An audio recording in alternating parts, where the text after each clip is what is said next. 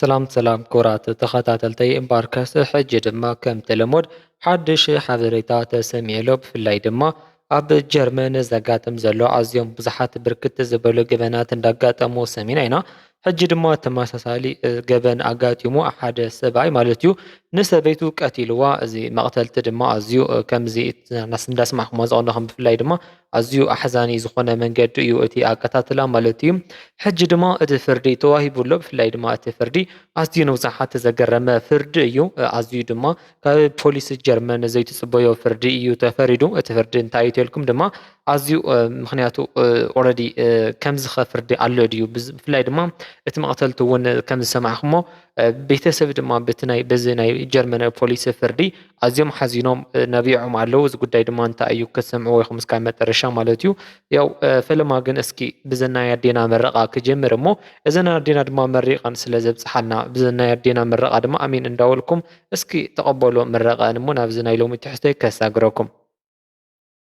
ኦፈራይ ኦፍርካ እተበሊዕኻ ፅገብ ተኸዲንካ ሙቕ ጎይኻ ኺድ ሰዓት ይሃብካ ማዕተብ ንኽሳድና ጣይታ ልኻብድና ሃይማኖትና ለይለውጠልና እምበኣር ከስ ክቡራት ተኸታተልቲ ከም ዝፍለጥ ብዙሓት ገበናት ብፍላይ ድማ ብደቂ ተባዕትዮ ኣብ ሰበይቶም ክፍጽሞ ልምኾነ ኣዝዩ እንዳሰማዕና ቀኒና ኢና።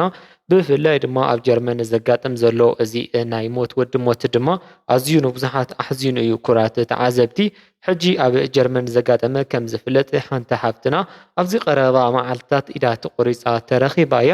ኢዳ ተቆሪፃ ጥራሕ ከይኾነስ እቲ ካልእ ኣካላ እውን ናብ ብዙሕ ቦታ ቆራሪፆም ደርብዮም እዮም። ፖሊስ ጀርመን ድማ እዚ ጉዳይ ኣዝዩ ብዕቱብ ሒዙ እንዳተኸታተለዎን ከም ዝፀንሐ ንሕና እውን ሓበሬታ እንዳብፃሕናኩም ፀኒሕና ኢና።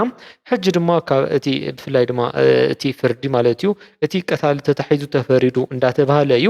እቲ ተፈሪዱሉ ዘሎ ፍርዲ ድማ ናይ 5 ዓመት ማእሰርቲ ከም ዝኾነ እዩ። ብፍላይ ድማ ሰብ ዝኣክል ቀቲሉ ናይ 5 ዓመት ፍርዲ ክፍረድ ኣዝዩ መደንገፅ እዩ። ይኹን ዳ እምበር እቲ ገበን ማለት እዩ ብፍላይ እቲ ቀታሊ ናይዛ ኢዳ ዝቆረፅ ኣይኮነን። ብዙሓት ሰባት ንዕኡ መሲልዎም ክድንግፁ ስለ ዝተዓዘብኩ እየ። እቲ ቀታሊ እዚ ኢዳ ቆሪፅዋ ዘሎ ሓፍትና እቲ ካሊእ ሬሳ ድማ ናብ ካሊእ ወሲዱ ዝነበረ ኣብ ጀርመን ዘጋጠመ ለመኾነ ንሱ ገና እዩ እቲ ፖሊስ ጀርመን እሱ ካሊእ ፍርዲ ክፈርደሉ። እቲ ሕጂ 5 ዓመት ተፈሪዱሉ ዘሎ ግን ብዙሓት ሰባት ኣይሰምዕዎን። ምክንያቱ ኣብ ሚድያ እውን ኣይተዋዓውዐን ዘሎ ማለት እዩ። ብፍላይ ድማ ፖሊስ ጀርመን ቀልጢፉ ስለ ዝረኸቦ እቲ ገበነኛ እቲ ጉዳይ ኣብኡ እንተሎ ቀልጢፉ እዩ ዕልባት ረኺቡ ማለት እውን ብዙሕ ሰብ ኣይሰምዖን ፀኒሖም።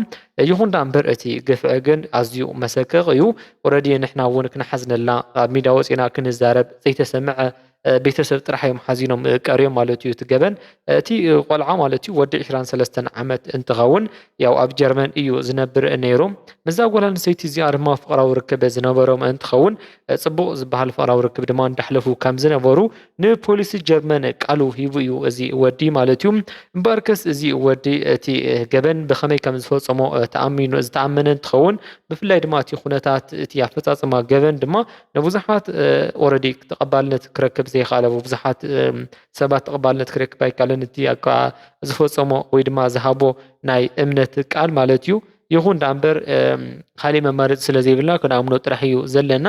ሕጂ እቲ ወዲ እንታይ እዩ ገይሩ እንተኢልኩም ብፍላይ ድማ ንፖሊስ ጀርመን ከም ዝተዛረቦ እታ ጓል ኣንስተይቲ የፍቅራ ከም ዝነበረ ኣብ ሓንሳብ ድማ እንዳተዘናግዑ ፅቡቕ እዋናት እንዳሕለፉ ከም ዝነበሩ ካብኡ ድማ እቲ ወዲ ማለት እዩ ነዛ ጓል ኣንስተይቲ ኦልሬዲ እዛ መይታ ዘላ ሕጂ ሓፍትና ንባዕላ ዘውድቕ ሕማም ስለ ዝነበራ ንዓ ንምሕጋዝ እንዳፈተንኹ እንዳሃለኹ ሃንደበት ዓፊ ኣፋ ሒዘያ ሃንደበት እያ መይታ እምበር ኣነ ኮነኢለ ኣይኮንኩን ቀቲለ እያ ክብል እዩ ተዛሪቡ። ይኹን ዳ እምበር ፖሊስ ጀርመን ብዝገበሮ ምፅራያት ነቲ ሬሳ ኣብ ኢዱ ሞይታን ከላ እዩ ረኺብዎ። ቀልጢፉ እዩ ረኺብዎ። ፖሊስ ጀርመን ቀልጢፉ እዩ ሒዝዎ። ካብኡ ድማ ናብ ሆስፒታል እውን ቀልጢፉ እዩ ቀልጢፋ ተወሲዳ እታ ሓፍትና ማለት እዩ። ብዙሕ ኣይፀንሕን ቀልጢፋ ናብ ሆስፒታል እውን ተወሲዳ እያ። ኣብ ሆስፒታል ድማ ድሕሪ ምውሳዳ ማለት እዩ ኣብ ዝተገበረላ መርመራ ተዓፊና ከም ዝተቐተለት እዩ እቲ መርመራታት ዝገልጽ። ፖሊስ ጀርመን ድማ ተዓፊና ምዃና ምስ ኣረጋገፀ እቲ ገበነኛ ኢሉ ዝሓዞ ሰብ ንምፅራያት ኣብ ዝፈትነሉ ሰዓት ሃንደበት ከም ዝኾነ ኮነ ኢሉ ከም ዘይኮነ ንዓ ንምድሓን ከም ዝኾነ ከም ዝዓፈና እምበር ኮነ ኢሉ ከም ዘይኮነ እዩ ተዛሪቦም። ይኹን ዳንበር ብዙሓት ሰባት ይዛረብዎ ከም ዘለው ድማ እቲ ናይ ምዕፋን ኩነታት ማለት እዩ ሕጂ ንዓኣ ከድሕና ዝሓስብ እንተኮይኑ ሒዙ ናብ ዓራት ሒዙ ካልኦት ኣካላዊ ሒዙ እዩ ከረጋግዓ ወይ ድማ ካብቲ ወዲቓቶ ዝነበረት ከተስኣ ዝኽእል እምበር ናብ ኣፍ እንዳጎየ ዘዕፍን ጉዳይ የብሉን እዚ ሓሶት እዩ ክብሉ እዮም እንዳተዛረቡ ዘለው ብልክዕ ሓሶት ክኸውን ይኽእል እዩ ምክንያቱ ዝኾነ ሰብ ንባዕሉ ዝወደቐ ናብ ኣፉ ተትሕዞ ምክንያት የብልካን ኦልሬዲ ክትሕዞ ትኽእል ኣብ ካልእ ኣካሉ ሒዝካ ናብ ዝግባእ ቦታ ኢኻ ክትወስደ እምበር ናብ ኣፉ እንዳጎየኻ ንምዕፋን ወይ ከዓ ካሊእ ነገር ንምግባር ትግደደሉ ወይ ድማ ትገብረሉ ሚንስ የለን እዚ ሓውና እዚ ድማ ከምዚ ምግባር ከምዚ እየ ገይረ ንዓ ንምድሓን እየ ዝበለ ተቐባልነት ክረክብ ኣይከኣልን ብዙሓት ሰባት ድማ ይዛረብዎ ከም ዘለው እዚ ኮነ ኢሉ ገቢርዎ እዩ ዝኸውን ብፍላይ ድማ ንምዕማፅ እዩ ደልዩ ከምኡ ገቢርዋ ዝኸውን እምበር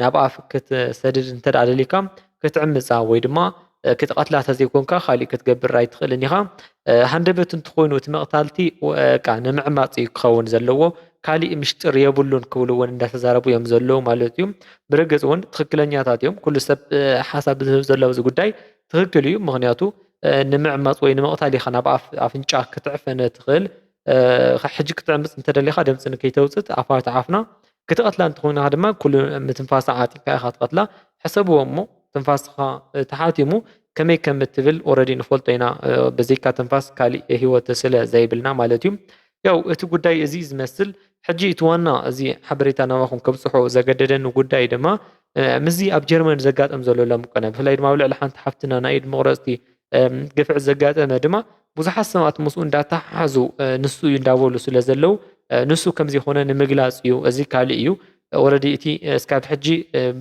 ፍርዲ እውን ኣይተፈረደን ዘሎ ዋላ እኳ እዚ ናይ ሕጂ ፍርዲ ሰብ ቀቲሉ 5 ዓመት ቀሊል ፍርዲ እንተኾነ ግን ድማ እኹል እዩ ማለት እቲ ኩነታት ፖሊስ ጀርመን ኣጻሪዩ ይኣክል እዩ ማለት እውን በዚ ክመሃር እዩ ኢሉ ስለ ዝሓሰበ እዩ ፖሊስ ጀርመን ከምዚ ኢሉ ዘሎ ማለት እዩ ናይዚ ሕጂ ወዲ ብፍላይ ድማ ኣብ ጀርመን ኣብዚ ኢዳ ቆሪፁ ዝቐተላ ወዲ ግን ብ5 ዓመት ፍርዲ ኣዝዩ ብኡ ክፍታሕ ዘይኽእል እዩ ሓደ ነቶም ፖላይስ ዝገበሮ ካብቲ ገበን ንምህዳም ዝገበሮ ፃዕሪ እዚ ናይ ሕጂ 5 ዓመት ዝተፈረደ ግን ብቐሊሉ እዩ ተኣሚኑ ኣብኡ እውን ስለ ዝተረኸበ ንምህዳም እውን እገዛ ኣይረኸበን እዚ ብሕጂ ክትሓዝ ዘሎ ግን ኦልሬዲ ናይ ዕድመ ልክዕ ወይ ድማ ከቢድ ቅፅዓት ይቅፅዕ እምበር ብቐሊል ብ5 ዓመት መቕፃዕቲ ተቆፂዑ ክፍኖ ማለት ኣይኮነን ሕጂ ናይዛ ኢዳ ተቆሪፃ ዝነበረት ሓፍትና መሲልኩም ትሻቆሉ ዝፀናዕኩም ድማ ኣይትሻቆሉ ኦልሬዲ ካሊእ ፍርዲ እዚ ድማ ያው ዋላ እኳ ሓዛኒ ፍርዲ ተኾነ ኦልሬዲ